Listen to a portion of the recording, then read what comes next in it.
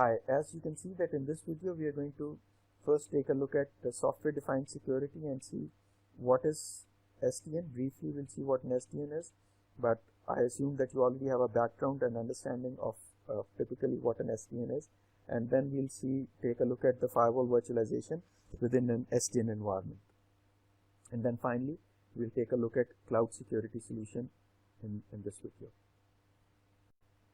This is a typical SDN environment. As those of you who understand SDN would be knowing that in SDN we have overlay networks or overlay infrastructures, in where we have a physical network at the bottom, then we have a logical overlay network running on top of this, and this logical network supports the application infrastructure or the application network, where different peers of application can communicate with each other based on the logical network which has been developed based on, generally or in most of the cases, the VXLAN infrastructure. So using the VXLAN logical overlay, different application clusters or different application virtual machines can communicate with each other using a policy framework, and the purpose of security implementation within this environment is that these different application clusters or these different application VM groups can communicate with each other securely, and not only can they communicate with each other securely, but they can also communicate with other customers or other entities within that data center, and they can also communicate with external networks, for example the internet or the enterprise network as well. So the purpose of security in a software defined infrastructure means that secure communication can happen between the virtual machines of one customer, or between the virtual machines of two different customers, or between the customers within a data center and the outside world.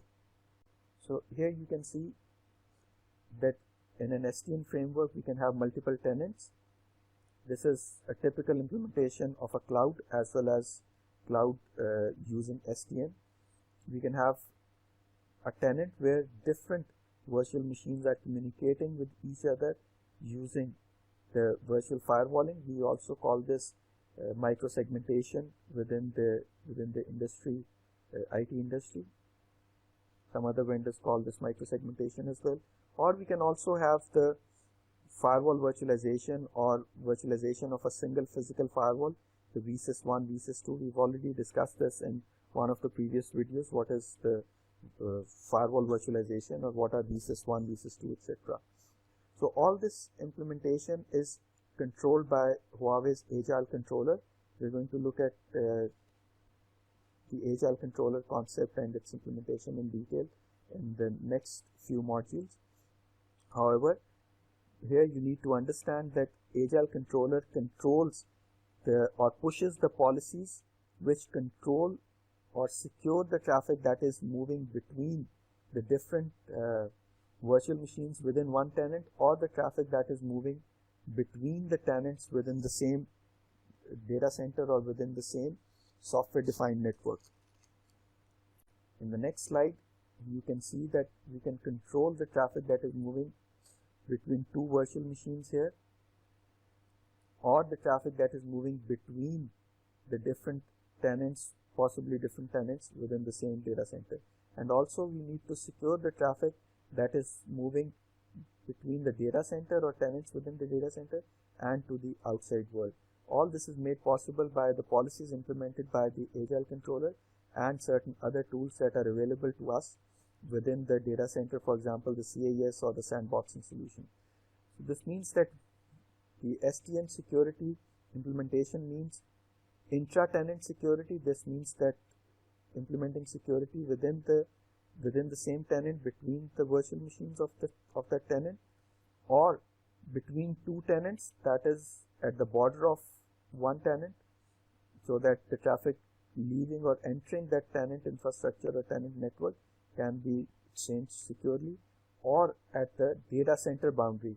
All the tenants whose traffic is either going out of the data center or coming into the data center can be secured by the security implementation at the data center border. So this means that we need to implement security at three levels: within the tenant, between the tenants, and between the data center and the outside world. This is what is the requirement of software-defined data center security or implementing security within the software-defined data center or within the software-defined network. This is in order to implement the SDN security, one of the major features or one of the major solutions that we have is called the firewall virtualization or the virtual firewall. Huawei gives us the option of using virtual firewall instead of using the next generation firewall or the hardware firewall, hardware next generation firewall. So we can use the virtualized next generation firewall, which gives us a lot of flexibility and gives us a very cost effective solution in case of security implementation in an SDN environment.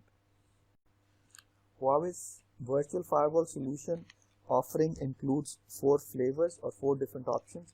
We can have the virtual firewall involving 1 CPU solution, 1 vCPU solution, or 2 vCPU solution, or 4 or 8 vCPU solution, depending upon the load that our firewall or our virtual firewall is going to take within our infrastructure.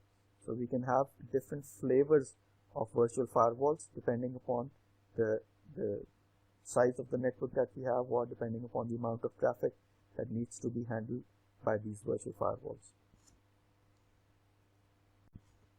This is an example of how the virtual firewall is going to protect our infrastructure at different levels, either within the same tenant, between the virtual machines, or between 2 different tenants, or between the tenant and the outside world, or between the data center and the outside world.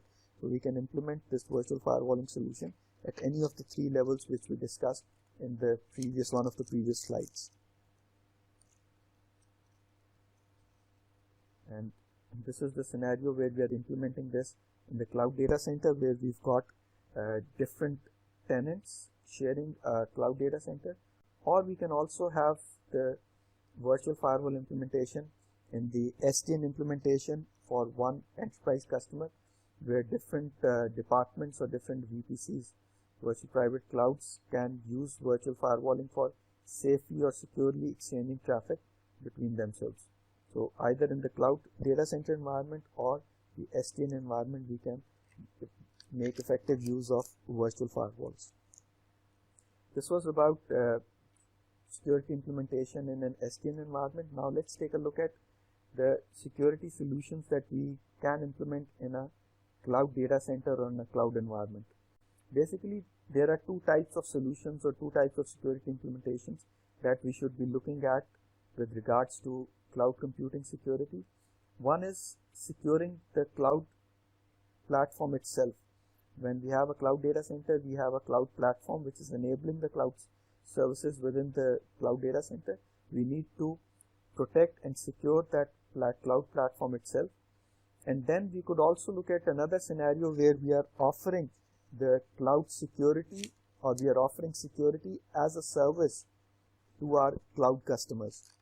This means that we are offering security services to the customers who cannot afford to have their own security solutions within their environment, or who want to outsource their security implementation or their security solution to a cloud provider or a managed security provider. The reasons could be different, but we need to make sure that we protect the cloud infrastructure from external attacks and from internal attacks, and we protect the threats whether they are coming from the tenant layer services or they're coming from the management layer services which are being provided by the cloud infrastructure. So this is how we protect the cloud platform itself. If you want to protect the cloud platform itself, we need to make sure that our infrastructure is secure. We can use some of the traditional security tools which we already know about to protect our cloud infrastructure. So those tools, those devices, those technologies are still valid even in case of cloud security implementation. Then we need to make sure that we protect the tenant services which are present there in our cloud data center, and then we also need to make sure that our management services, that operational management O&M services which are running in the cloud data center are secured using the different tools that are available to us. So this means that if we need to secure our cloud platform, we need to secure the three layers of our cloud platform: the infrastructure layer, the tenant services layer, and the O&M layer. The second security implementation, as we mentioned earlier, is when we want to provide cloud services to the cloud customers. So we are providing managed security as a service to our customers. For that, we can have different offerings. For example, we can offer a sandboxing solution to our customers. We can implement sandbox within our data center, and we can offer those services or sell those services to our customers. And the customers, instead of implementing their own sandbox within their network, can use the cloud provider sandbox services and implement the sandboxing within for the traffic that is entering or exiting their network, which means that they can have the PE security sandbox, the PDF security sandbox, the web security sandbox, or the lightweight sandboxes, or they can have a heavyweight sandbox. We discussed these different types of sandboxes earlier in one of the earlier videos within this module. Then the other option or the other security offering that we can have is the DDoS cloud mitigation solution, in which we are offering the distributed security against distributed denial of service attacks, because it is difficult for the customers, for large number of small to medium sized customers, to protect their networks against DDoS attacks. What we can do as service provider or as cloud providers is that we can offer them DDoS protection using our own devices or our own cleaning centers. We already know what a cleaning center is from one of the earlier modules. So we can offer them cleaning center services, and they can use the cleaning center services and pay us, or the cloud security provider pay for their services, and protect their networks against DDoS attacks.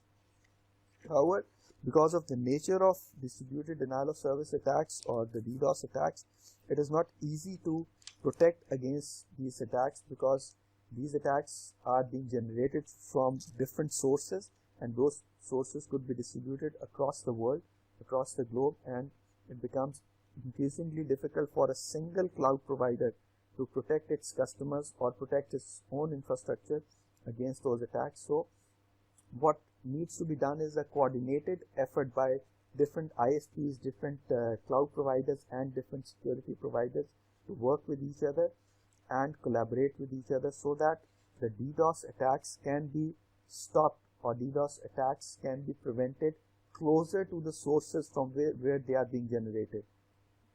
This means that they need to be stopped in different parts of the world from where the traffic is being originated. So this cannot be done by one service provider or by one cloud provider. This has to be a coordinated effort. So for this, there is a platform available which we call the Cloud Mitigation Alliance, or CMA. This is an alliance or a collaborative effort of multiple cloud providers, MSPs, managed security services providers, or managed security services providers, or MSSPs, and they make use of Huawei's SOC, Service Operations or Security Operations Center, which coordinates the efforts between these different providers. And if an attack is detected, that attack is cleaned not only by individual security centers or individual cloud providers, but this information is exchanged between these collaborating entities, and then they can effectively control the traffic or control the DDoS attack closer to from where it is being generated. This provides the most comprehensive type of security. Instead of one service provider or one customer protecting their network against DDoS, multiple entities or multiple providers are collaborating with each other, and this provides a very comprehensive and effective control against DDoS attacks. So this is all being done using by an entity called Cloud Mitigation Alliance, which is being led by Huawei, and Huawei's SOC is being used for coordinating all these security efforts. So my friends, this was all about big data and cloud security. I hope you have developed a good understanding of different tools and techniques and the challenges that are out there in order to protect the networks, protect the IT assets in the modern day emerging environments or emerging trends of cloud and big data. So we'll see you in some of the next videos with some new interesting and exciting security techniques and technologies. Thank you for watching these videos. See you in the next videos. Bye.